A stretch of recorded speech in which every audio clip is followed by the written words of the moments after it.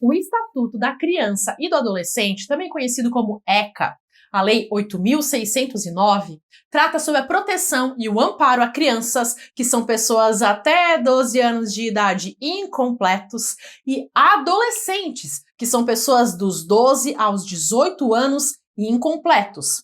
Ao completar 12 anos, a pessoa deixa de ser criança e passa a ser adolescente. E ao completar 18 anos, a pessoa deixa de ser adolescente e passa a ser um adulto, ao menos nos termos da lei. A lei também pode ser aplicada em casos expressos e excepcionais para pessoas até 21 anos. O ECA foi criado no ano de 1990, mas teve várias alterações com o tempo. Por isso, é sempre importante que você verifique se você está estudando através de um material atualizado. Eu sou Cíntia Brunelli e hoje eu vou trazer um resumo com os pontos mais importantes do Estatuto da Criança e do Adolescente. E eu te convido a se inscrever no canal, porque toda semana eu estou aqui trazendo conteúdos. O objetivo primordial do ECA é dar proteção a esse grupo com absoluta prioridade, garantindo a eles acesso à saúde, alimentação, educação, esporte, lazer, cultura, profissionalização, dignidade, liberdade, convivência familiar e comunitária e respeito. A negligência e os maus tratos contra crianças e adolescentes não podem acontecer e devem ser punidos, porque dificultam que pessoas nesse estágio inicial da vida consigam atingir um desenvolvimento pleno. Como formas de negligência e maus tratos, nós podemos pensar em vários exemplos, como discriminação quanto ao acesso a lugares ou serviços, exploração sexual ou trabalhista, violência física, crueldade, opressão que os impeça de exercer os seus direitos, dentre muitos outros exemplos possíveis. Aqui, quando eu falo sobre exploração trabalhista, é importante ressaltar que existe uma proibição absoluta de qualquer tipo de trabalho para menores de 14 anos, exceto os programas de jovem aprendiz, que tem caráter estudantil. Acima de 14 anos, é possível trabalhar, mas até completar 18 anos, é proibido o trabalho noturno, perigoso, insalubre, penoso, realizado em locais prejudiciais ou em horários ou locais que não permitam que ele frequente a escola. O ECA possui alguns princípios norteadores que nos ajudam a compreender o espírito da lei. E aqui podemos destacar a proteção integral, a prioridade absoluta, o melhor interesse e a condição peculiar de pessoa em desenvolvimento. E os responsáveis por garantir esses princípios são a família, a sociedade, a comunidade e o poder público. O ECA também traz quais são as garantias de prioridade, que são a preferência de receber proteção e socorro, de ter atendimento nos serviços públicos, de ter políticas sociais públicas em seu benefício e de ter recursos públicos nas áreas de proteção à infância e à juventude. Como o ECA fala sobre diversos assuntos diferentes, eu vou fazer um apanhado geral dos principais temas, começando pela proibição de castigos físicos. Desde o surgimento da Lei da Palmada, ou Lei Menino Bernardo, o ECA foi alterado para proibir castigos físicos na educação de crianças e adolescentes.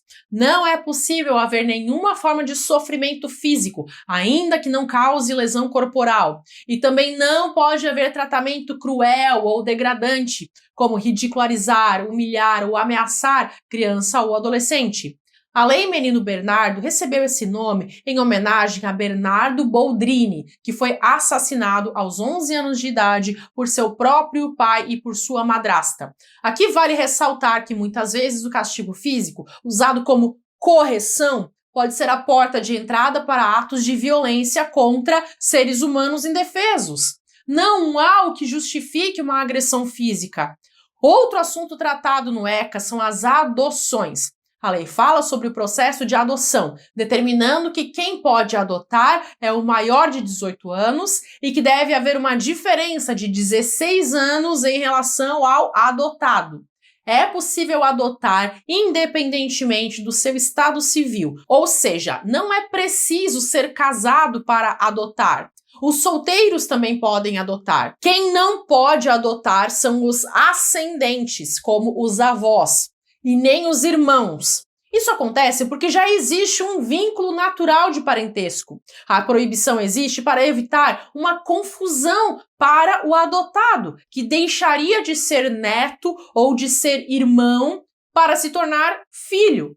Ainda falando sobre as adoções, algo que muita gente não sabe é que o ECA garante que mulheres grávidas ou mães que desejem entregar seus filhos voluntariamente para a adoção possam fazer isso sem nenhum tipo de punição ou constrangimento. Elas devem ser encaminhadas para a Justiça da Infância e da Juventude, que aí vai providenciar os procedimentos para que a criança seja colocada para adoção. Ou seja, a mãe pode entregar o filho de forma voluntária. Entregar para a adoção não é crime. A lei permite que haja a entrega protegida da criança para adoção. O que é crime é abandonar a criança, o que é uma coisa bem diferente. A entrega protegida é legal, mas o abandono de incapaz é crime. Agora vou falar sobre outro assunto que gera muita dúvida e que teve alteração nesses últimos anos, que é a possibilidade de viagem por criança ou adolescente. Para o caso de viagens, existem diferenças entre viagens nacionais e internacionais. Para as viagens nacionais, os menores de 16 anos só podem viajar se estiverem acompanhados dos pais ou responsáveis. Para viajar sem os pais ou responsáveis, só se eles tiverem autorização judicial, que é uma autorização concedida pelo juiz da infância. Só não será necessária a autorização do juiz quando for para uma comarca vizinha da criança ou do adolescente, desde que seja no mesmo estado ou na mesma região metropolitana. Ou quando a criança ou adolescente estiver acompanhado por parente até o 3º grau. Quais são os parentes até 3º grau? São os avós, os irmãos ou os tios, desde que esse parente seja alguém maior de 18 anos e que tenha documento que comprove o parentesco. Ou quando a criança ou adolescente estiver na companhia de uma pessoa maior de idade que seja expressamente autorizada pelo pai, pela mãe ou pelo responsável. E quando se tratar de viagem ao exterior, é possível viajar sem ter autorização do juiz se a criança ou adolescente estiver acompanhado de ambos os pais ou do seu responsável, ou se ela estiver na companhia apenas de um dos pais, este deve ser autorizado expressamente pelo outro através de documento com firma reconhecida. E não é possível que uma criança ou adolescente nascido em território nacional possa sair do país em companhia de um estrangeiro domiciliado no exterior, sem que haja uma autorização judicial. Para uma criança ou adolescente ser levado ao exterior por um estrangeiro, apenas com autorização do juiz. Como você pode imaginar, essa é uma questão de segurança para combater o crime de tráfico de pessoas, que muitas vezes é praticado contra crianças e adolescentes, que são levados ao exterior para remover órgãos, ou para trabalho escravo, ou para exploração sexual. Agora eu vou chegar na parte mais polêmica do ECA, que fala sobre os casos de infrações cometidas por adolescentes. Existe uma diferença de terminologia. Enquanto um maior de idade comete uma infração penal, um menor de idade comete ato infracional. As consequências da condenação também são diferentes. Os maiores de idade recebem penas, enquanto os menores recebem medidas socioeducativas, que são bem menos severas. A medida mais severa trazida pela lei é a de internação, que deve ser de no máximo 3 anos, ou seja, bem menos do que as penas aplicáveis aos maiores de idade. A ideia é que as medidas socioeducativas sejam uma sanção-educação e não meramente uma sanção-castigo. Contudo, é notório o índice de reincidência e a crescente inserção de menores em práticas infracionais, o que traz questionamentos sobre a eficácia das medidas atuais. A verdade é que hoje muitos adolescentes que cometem atos infracionais e são internados não ficam em instituições preparadas para sua reeducação e ressocialização. Em muitas unidades há superlotação, falta de higiene, falta de conservação, dentre outros problemas. São situações que tornam complicado dizer que a internação teria realmente um caráter educacional. Aqui, muita gente defende a ideia de redução da maioridade penal, mas eu pessoalmente analiso que não seria uma solução efetiva, pela possibilidade de que isso aumente ainda mais os índices de reincidência, que são altos no sistema prisional. O fato é que simplesmente prender não é solução.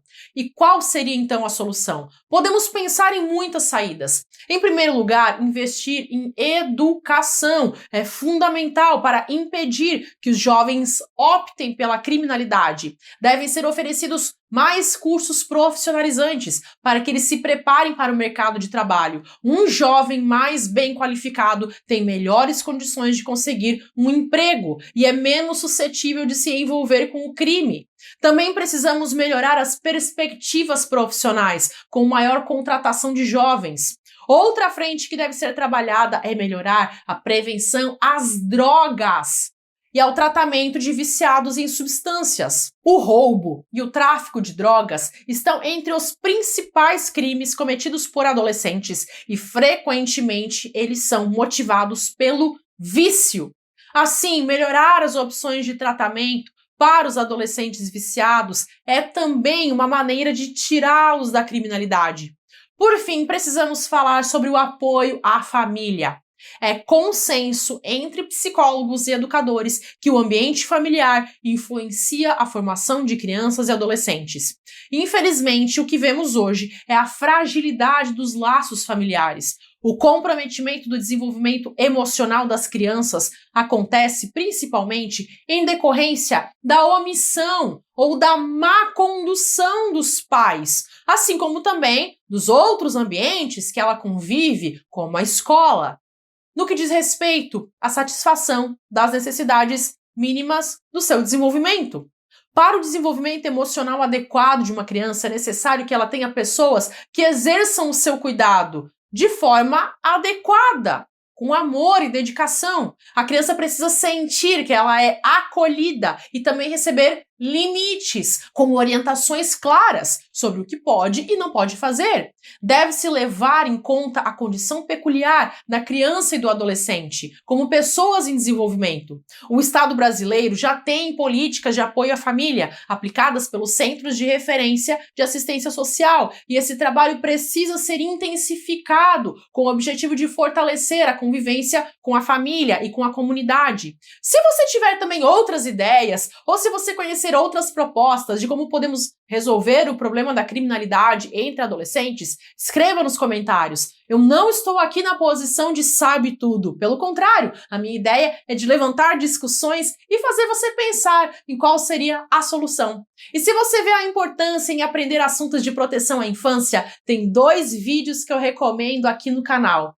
Um deles é um que eu falo sobre abuso sexual de crianças, um tema importantíssimo, e outro é um que eu falo sobre ressocialização de presos e jovens infratores. Ali eu também falo, então, sobre a situação dos adolescentes. São assuntos que precisam ser debatidos em sociedade e estão aqui no canal. Vou deixar o link desses 2 vídeos na descrição para você clicar e assistir quando esse vídeo aqui acabar. Aliás, o convite que eu faço é para assistir não apenas esses 2 vídeos, mas sim vários que já foram publicados aqui. Se você tiver o compromisso de voltar aqui no canal canal todos os dias, eu te garanto que bem rapidinho você vai muito longe e vai ter uma evolução muito rápida. Já são centenas de vídeos gratuitos sobre os mais diversos assuntos e se você assistir um pouquinho por dia, você vai perceber que eles vão abrir a sua mente sobre as discussões mais importantes do direito e as questões da sociedade em geral. Volte aqui mais vezes. Assista a alguns vídeos por dia. Fica aqui o meu convite. Vou deixar aqui uma sugestão de playlist para você clicar e assistir. Até!